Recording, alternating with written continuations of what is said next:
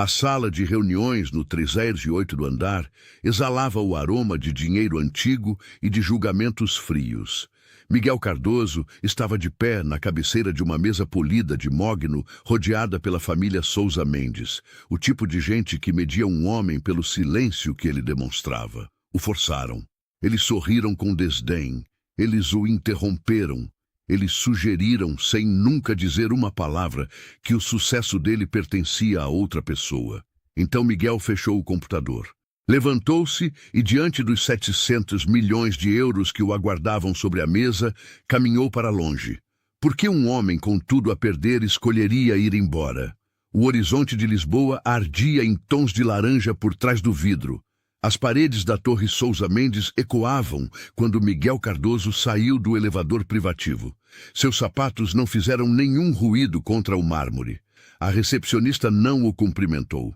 Ela apenas acenou com a cabeça em direção ao corredor, do jeito que as pessoas acenam quando presumem que você já sabe qual é o seu lugar.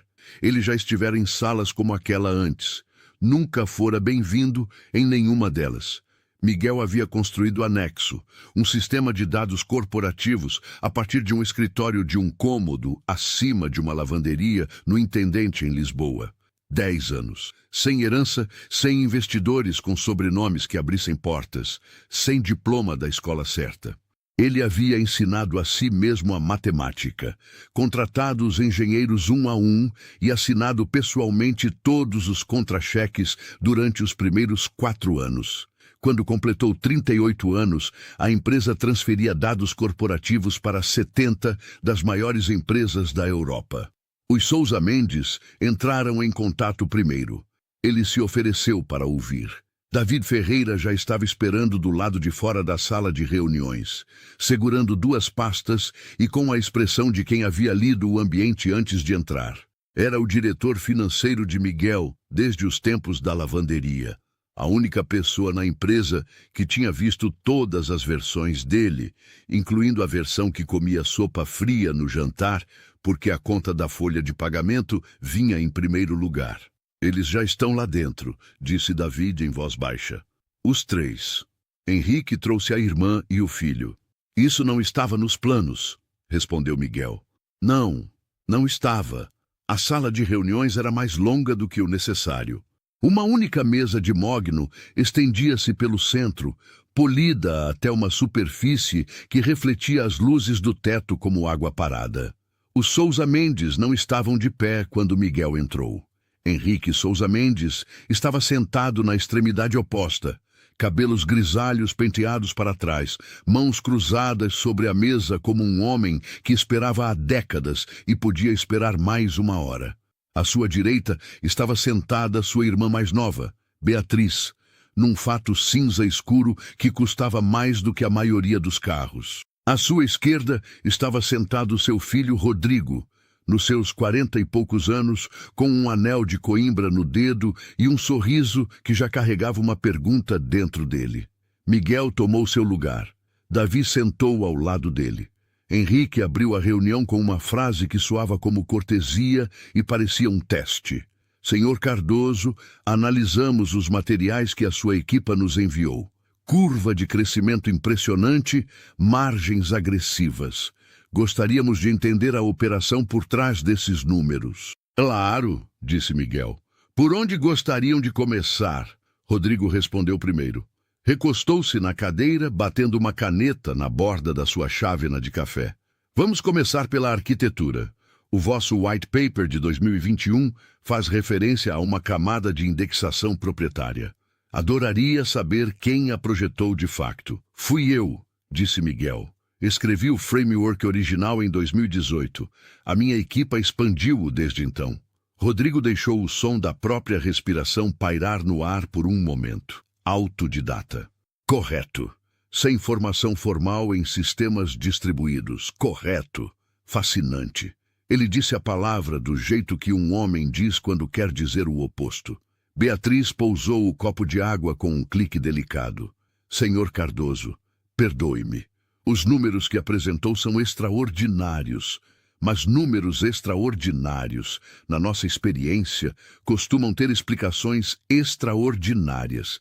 E às vezes, essas explicações não estão na sala. Miguel manteve o olhar fixo nela. Não tenho certeza de entender. O que a senhora quer dizer? O que ela quer dizer, disse Henrique com a voz nivelada, quase entediada, é que empresas do vosso tamanho crescendo no vosso ritmo costumam ter o que chamamos de motor silencioso. Um arquiteto sênior, um antigo executivo, alguém que prefere ficar fora da estrutura acionista. Gostaríamos de saber se essa pessoa existe dentro da vossa empresa. A pergunta não era uma pergunta. Miguel sentiu a temperatura da sala mudar. David havia parado de escrever na pasta. Ele havia esperado por alguma versão dessa pergunta desde o dia em que a reunião foi agendada. Tinha esperado estar errado. Não existe nenhum motor silencioso, disse Miguel. Existe uma equipa. Eu a construí. Eu a lidero. A arquitetura é minha. A estratégia é minha. Rodrigo riu uma vez, suave, quase apologético. É uma resposta muito confiante. É uma resposta verdadeira. Henrique levantou a mão meio centímetro da mesa, o menor dos gestos, e a sala rearranhou-se ao redor dele. Confiança é admirável, senhor Cardoso, mas confiança não é o mesmo que maturidade. A Nexo está a aproximar-se de um estágio onde as variáveis se tornam globais. Complexidade regulatória, infraestrutura transfronteiriça, escrutínio público de um tipo que, francamente, devora fundadores jovens vivos. Ele deixou a frase assentar na madeira da mesa. O que gostaríamos de propor como condição para avançar é a colocação de um executivo sênior no papel de diretor de operações, alguém em quem confiamos. O senhor manteria naturalmente o seu título, fundador, diretor executivo em nome, mas a voz operacional da empresa daqui para frente pertenceria a alguém com um historial mais longo. Beatriz sorriu do jeito que uma mulher sorri quando acredita estar sendo generosa. Pense nisso como uma parceria de forças, senhor Cardoso. O senhor fornece a visão. Nós fornecemos a maturidade. A caneta de David não havia se mexido em 1 minuto inteiro. Miguel manteve as mãos planas sobre a mesa. Deixe-me ter certeza de que entendi a proposta, disse Miguel. O senhor está a oferecer 700 milhões de euros pela Nexo com a condição de que eu saia do papel operacional da empresa que construí e aceite um líder da vossa escolha como a face pública dela. Em linhas gerais, respondeu Henrique, sim. E essa pessoa responderia ao conselho, do qual naturalmente teríamos a maioria. Miguel permitiu-se um único fôlego, o tipo que não aparece por fora. E a justificativa é a vossa preocupação de que eu ainda não esteja pronto para liderar nessa escala. Rodrigo respondeu desta vez. A justificativa, senhor Cardoso, é que não o conhecemos. Conhecemos os seus números, não sabemos o que está por trás deles. E com 700 milhões de euros não investimos em mistérios. Miguel voltou-se para Henrique. Agradeço a franqueza, deixe-me igualar. A arquitetura da Nexo é minha, a equipa é minha, a visão é minha. Não existe nenhum autor oculto. Existe um homem que começou num escritório emprestado acima de uma lavanderia e construiu algo que os três voaram até Lisboa para discutir. Beatriz abriu a boca para interromper. Ninguém está a questionar o seu esforço, senhor Cardoso. Está a questionar tudo, menos o meu esforço. Henrique estudou-o com a paciência lenta de um homem que havia sobrevivido a todos os desafiantes que já haviam levantado a voz pela sua mesa. Temos um enorme respeito pelo que construiu, disse Henrique finalmente. Mas respeito não muda os nossos termos. Aproveite a tarde, discuta com a sua equipa. Reconvocamos amanhã de manhã às 10 horas. Se a estrutura não for aceitável, podemos apertar as mãos hoje e seguir caminhos separados sem rancores. A boca dele moveu-se na forma de um sorriso. O sorriso não chegou a nenhuma outra parte do rosto. 700 milhões de euros, senhor Cardoso. Com o nosso nome anexado, essa empresa torna-se algo que nenhum de nós consegue construir sozinho. Sem o nosso nome, permanece promissora. Ambos sabemos qual dessas é a história melhor. Miguel fechou a pasta à sua frente sem olhar para ela. Vemo-nos de manhã. Levantou-se. David levantou-se com ele. Nenhum dos dois falou até as portas do elevador fecharem. Eles querem ser donos de você, disse David. Não da empresa. De você. Eu sei. Tem até às 10 de amanhã. Miguel observou os números dos andares marcarem a descida. A cidade, além do vidro, havia escurecido mais um tom. Quando respondeu, a sua voz estava quieta. Do jeito que uma voz fica quieta quando uma decisão ainda não foi dita em voz alta, mas já foi tomada em algum lugar lá dentro. Eles vão descobrir amanhã o que estão realmente a comprar. Miguel passou a noite no seu escritório, não em casa.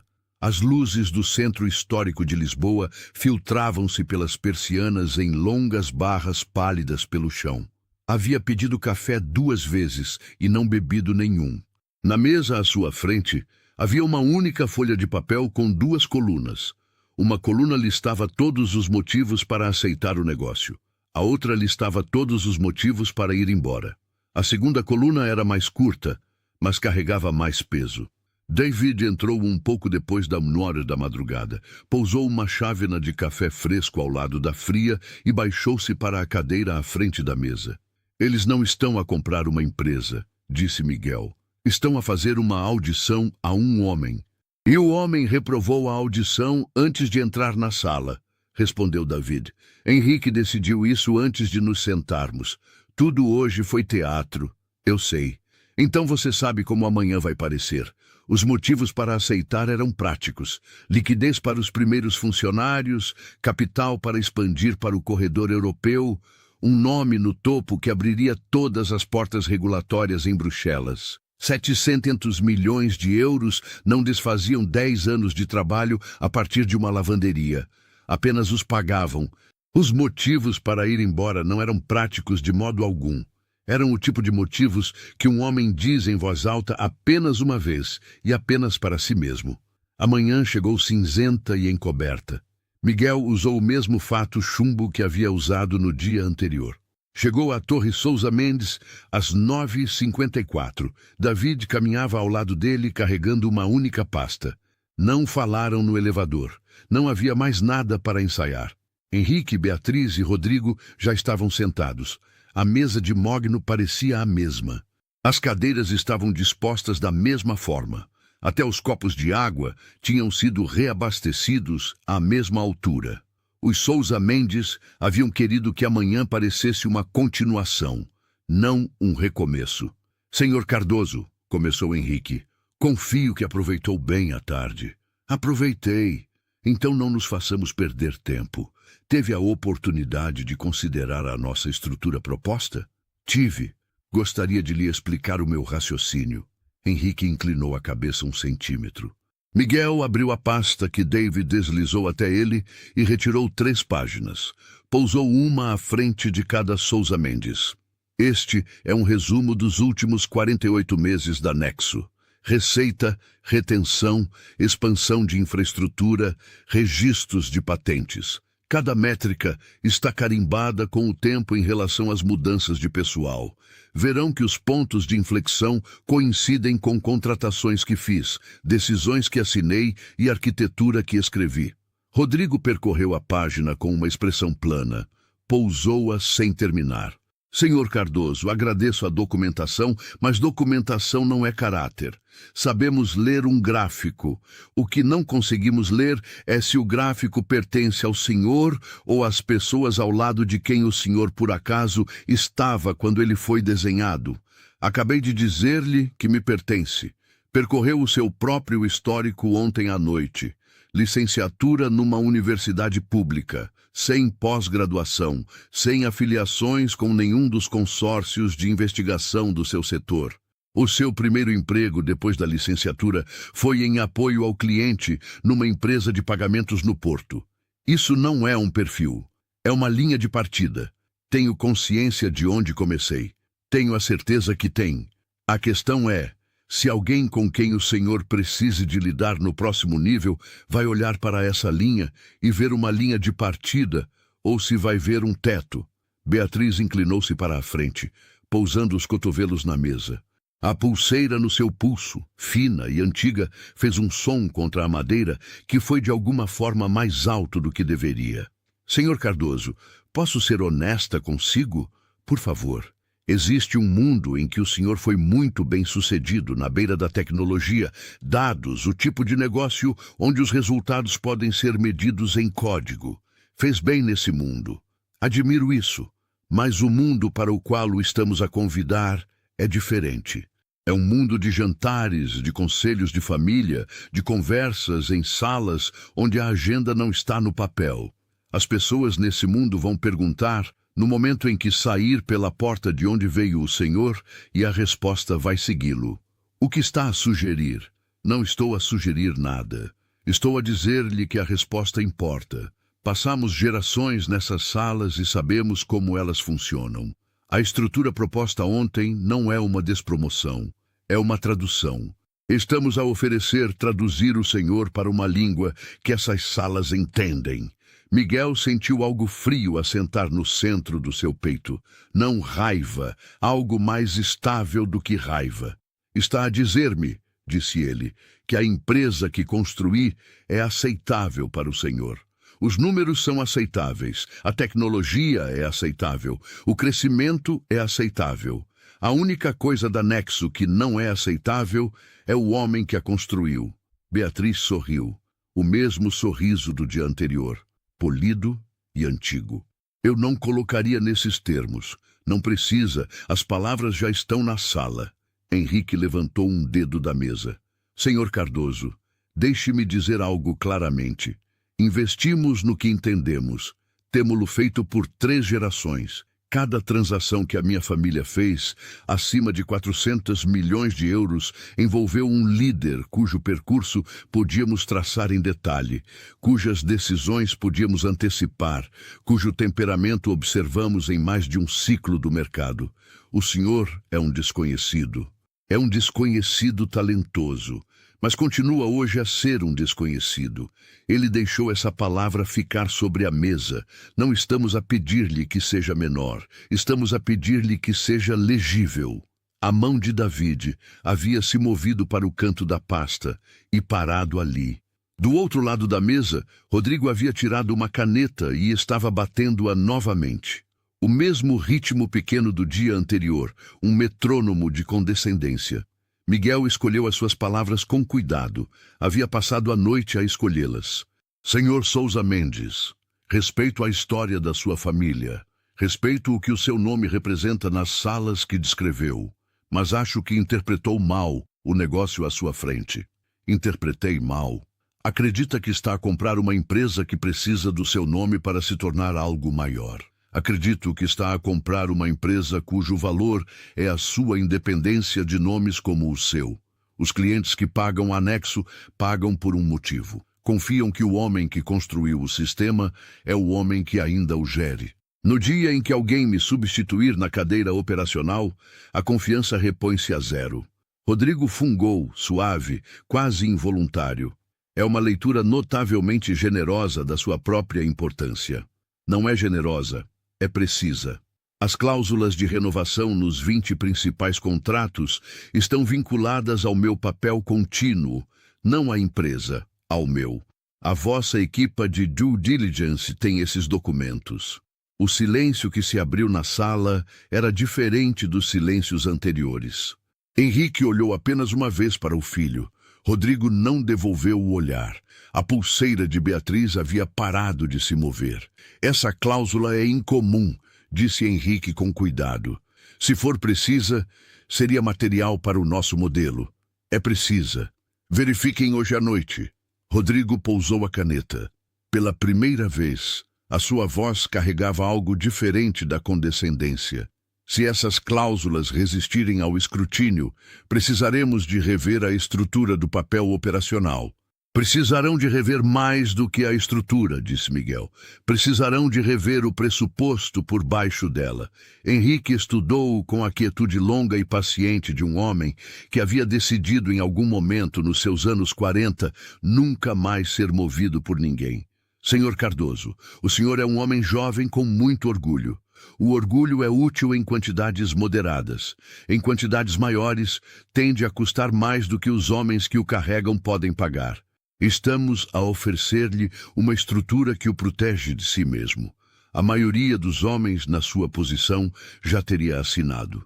A maioria dos homens na minha posição não estava na minha posição quando eram mais novos. Quero dizer que já me disseram antes que não estava pronto por pessoas que tinham menos razão para dizê-lo do que o Senhor e mais razão para o querer dizer. Construí esta empresa através disso. Não tenho medo de me dizerem que não estou pronto. Apenas fico sempre curioso quando alguém me diz ao que esperam que eu concorde como resultado. A expressão de Henrique não mudou, mas algo por detrás dela se mexeu. Dobrou as mãos novamente. Então deixe-me fazer-lhe uma pergunta direta, Senhor Cardoso. A voz de Henrique havia ficado mais suave, que era sempre quando se tornava mais perigosa. O que exatamente acredita que estamos a oferecer-lhe? Se não uma parceria de forças, está a oferecer-me um preço.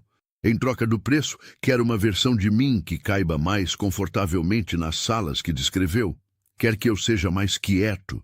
Quer que eu me afaste em tudo o que importa, exceto no título. Quer a empresa sem o homem, porque o homem envergonha a marca que gostaria de lhe anexar. Essa é uma leitura muito emocional. É a única leitura que as palavras suportam. Beatriz fez um pequeno som, uma espécie de meia risada que não carregava nenhum humor. Senhor Cardoso. Esta é precisamente o tipo de reação que confirma as nossas preocupações. Um homem que está pronto para 700 milhões de euros não personaliza uma negociação, executa-a. Então talvez eu não esteja pronto para os vossos 700 milhões de euros. A frase caiu na sala e ficou lá. Miguel havia dito do mesmo jeito que um homem diz a temperatura lá fora. Henrique alcançou o copo de água e bebeu um gole lento. Quando pousou o copo, a sua voz carregava o peso de um homem que havia decidido gastar a sua última carta. Senhor Cardoso, não haverá outra oferta neste valor. Não de nós, não de ninguém no nosso círculo. As portas que a minha família fecha não reabrem para o mesmo homem 2 vezes. Compreendo. Compreende também que as pessoas que está a escolher decepcionar ao afastar-se de uma estrutura concebida para o proteger não se vão esquecer da escolha? Compreendo isso também. Então, pergunto-lhe uma última vez. A estrutura mantém-se como proposta. Diretor de operações da nossa seleção. Título de fundador preservado. 700 milhões de euros transferidos no fecho. Sim ou não? A sala estava muito quieta. David não levantou os olhos. Rodrigo havia pousado a caneta na página à sua frente e estava a observar Miguel, agora sem nenhum do desdém casual que havia carregado para amanhã. Miguel olhou para Henrique Souza Mendes. Olhou para a mesa. Olhou brevemente para a janela cinzenta, onde a manhã havia endurecido em plena luz do dia, sem que ninguém na sala tivesse reparado. Então, fechou o computador. Não com força, apenas o suficiente para o som se propagar. Levantou-se. David levantou-se com ele sem ser dito. Miguel colocou ambas as mãos planas na madeira polida por um momento, do jeito que um homem faz quando quer lembrar a superfície que está a deixar para trás. Senhor Souza Mendes, a resposta é não. A estrutura, ao preço, a família, o negócio está feito. Não esperou por resposta. Caminhou ao longo da mesa pela segunda vez em 2 dias, e desta vez ninguém se levantou para o deter. A notícia quebrou antes do almoço. Antes de Miguel chegar ao escritório, a primeira manchete já havia saído em 3 publicações financeiras. CEO da Nexo recusa a aquisição dos Souza Mendes. Negócio de 700 milhões de euros colapsa no segundo dia. A formulação era quase idêntica em todos os meios. Os Souza Mendes haviam agido primeiro. Queriam a história moldada antes que o mercado tivesse a chance de perguntar o que realmente acontecera na sala. David entrou 20 minutos depois, com 2 telemóveis ainda a vibrar nas mãos. 3 membros do conselho ligaram na primeira hora. 2 estão nervosos. 1 está furioso. A linha de relações com investidores parou de ir para o correio de voz. e começou a ir direto para o silêncio, porque a fila está cheia. E a equipa, a reunião geral é às 3h. Eles já terão ouvido antes das 2h. Miguel virou a cadeira para a janela. Pensou brevemente nos anos antes deste escritório, o router emprestado, a mesa dobrável que havia usado como secretária durante os primeiros 18 meses. A primeira contratação que já havia feito, um engenheiro júnior que havia aceitado o emprego porque Miguel havia sido honesto sobre o risco e honesto sobre o teto. Esse engenheiro agora geria a infraestrutura no porto. A tarde avançou numa série de conversas difíceis. 2 dos maiores investidores institucionais perguntaram, em linguagem que tentava ser polida, se Miguel havia pensado bem no que acabara de fazer. Um membro do conselho que estava com ele desde o 2º ano enviou uma mensagem que dizia apenas: "Ligue-me quando puder falar honestamente." As consultas da imprensa chegaram em vagas. Miguel recusou todas elas. Não recusou a chamada da sócia sênior do Fundo Atlântico. Havia estado à espera, sem admitir para si mesmo, para ver se essa chamada viria. Inês Monteiro era o tipo de investidora que não fazia o seu nome na imprensa. Geria um fundo de inovação privado que havia apoiado discretamente 3 das empresas de infraestrutura mais disciplinadas da última década em Portugal e Espanha. Miguel havia-a encontrado 2 vezes, ambas brevemente, em conferências onde ela havia feito perguntas mais certeiras em 5 minutos do que os Sousa Mendes em 2 dias. A sua assistente colocou-a na linha um pouco depois das 4h. Miguel lia as manchetes. A maioria das pessoas leu. A maioria vai assumir que cometeu um erro. Gostaria de ouvir de si se o cometeu. Depende do que o erro deveria ter prevenido. Houve um pequeno som do lado dela na linha. Algo que poderia ter sido uma gargalhada. Resposta justa. Gostaria de voar amanhã. Não lhe tirarei mais de 1 hora. Se depois dessa hora ainda quiser estar sozinho nisto, desejo-lhe boa sorte e desapareço. Se não, gostaria de conversar sobre como é um parceiro real para uma empresa no seu estágio. Terei a sala de reuniões pronta às 10h. Às 10h funcionam. A reunião geral às 3h foi a sala mais difícil. Miguel ficou de pé na frente da cantina da empresa. Cada cadeira preenchida, cada corrimão do piso superior forrado com funcionários que não encontraram lugares. Não usou slides. Não preparou notas. Disse-lhes o que havia acontecido. Disse-lhes o que lhe havia sido pedido e o que havia respondido em troca. Disse-lhes que os próximos 90 dias seriam incertos, que algumas das pessoas na sala poderiam decidir que a incerteza não valia a pena carregar e que não guardaria essa decisão contra ninguém. Disse-lhes uma coisa a mais. Disse-lhes que não havia construído anexo para pertencer a um nome numa torre. Havia-a construído para pertencer às pessoas que tinham ficado até tarde, nas noites em que ficara até tarde. Era a única coisa que mantinha a empresa viva. Disse isso uma vez claramente, e então parou de falar. A sala não aplaudiu. Fez algo melhor. Ficou quieta por um longo momento e depois voltou ao trabalho. Nessa noite, Miguel foi para casa sozinho. Sentou-se no seu apartamento com as luzes apagadas e a cidade piscando pela janela. Pensou se havia feito certo. A resposta não chegou depressa. Quando chegou, chegou na forma de uma memória que não havia visitado em anos. A noite em que a sua mãe lhe havia dito na cozinha deles, numa pequena cidade perto de Évora, que a pior coisa que um homem podia negociar era a parte de si mesmo que as outras pessoas não haviam ganho o direito de pedir. Ele tinha 24 anos. Não havia entendido então. Entendia agora. Inês Monteiro chegou às 10 exatas na manhã seguinte. Não usava joias, não carregava pasta e apertou a sua mão uma vez com a firmeza de alguém que não desperdiçava movimento. A conversa que se seguiu durou 95 minutos. Ao final dela, ela havia feito a Miguel 12 perguntas. Nenhuma delas era sobre se outra pessoa havia construído a arquitetura. Nenhuma delas era sobre os seus estudos. A primeira pergunta que fez foi sobre a pior contratação que já havia feito. e o que havia aprendido com ela. A última pergunta que fez foi sobre o que queria que a Nexo parecesse daqui a 7 anos, se ninguém na sala alguma vez lhe dissesse não. Ela ofereceu-lhe uma estrutura nessa tarde. O Fundo Atlântico lideraria uma ronda de crescimento. Miguel manteria o controle operacional, a maioria do conselho e autoridade total sobre a equipa executiva. A avaliação que ela colocou na mesa era mais baixa do que 700 milhões de euros, mas era limpa.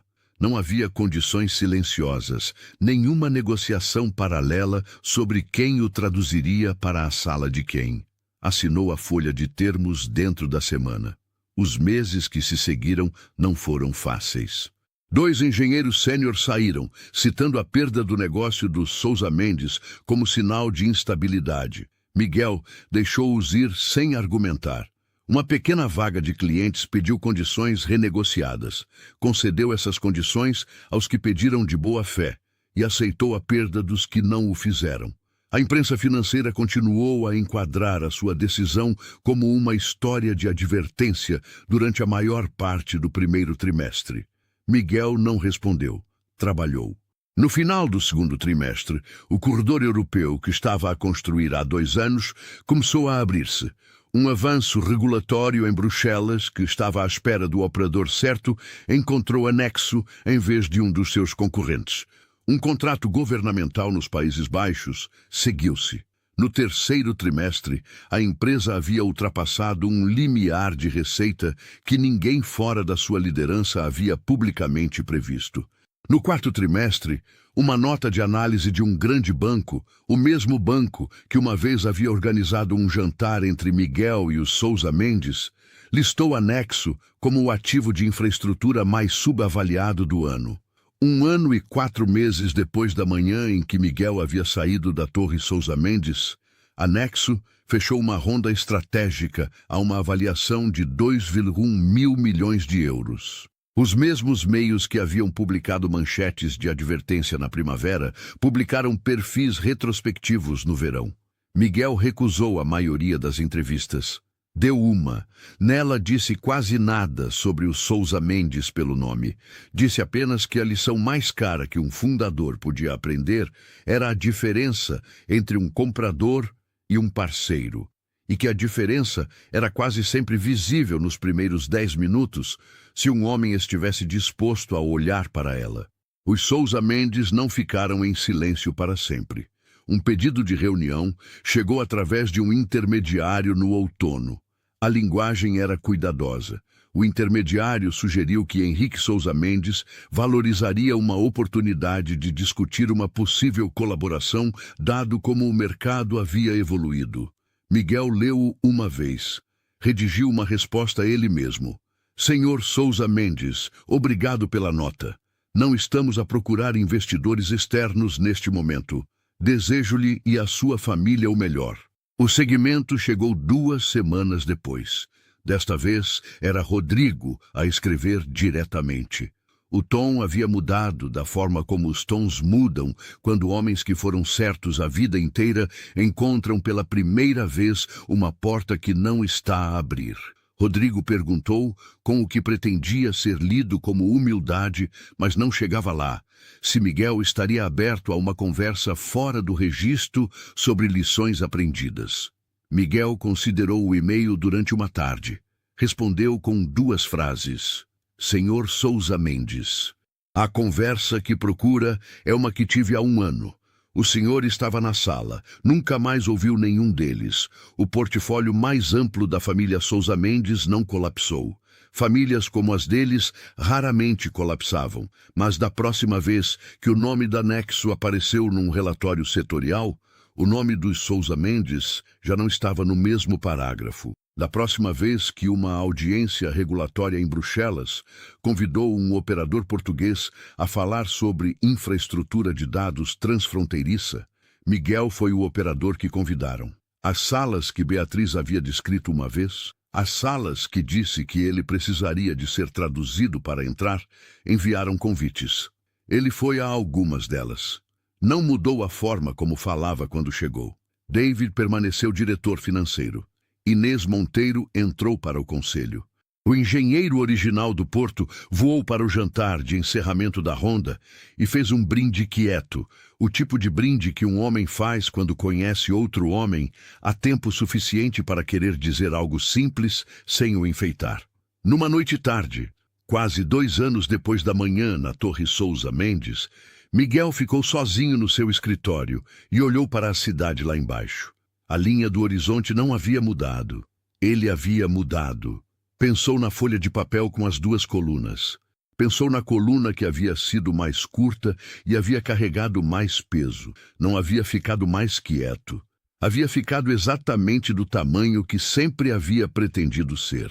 A lição, quando se permitiu nomeá-la, era tão simples que não se deu ao trabalho de anotá-la. Nem toda grande oportunidade vale a pena. O verdadeiro valor de um negócio não está no número escrito na página. Está em se as pessoas do outro lado da mesa veem você e respeitam o que veem. Às vezes, o passo mais importante que um homem pode dar em direção ao futuro que realmente deseja é recusar a coisa mais valiosa que lhe foi oferecida no presente. Apagou as luzes do escritório e foi embora.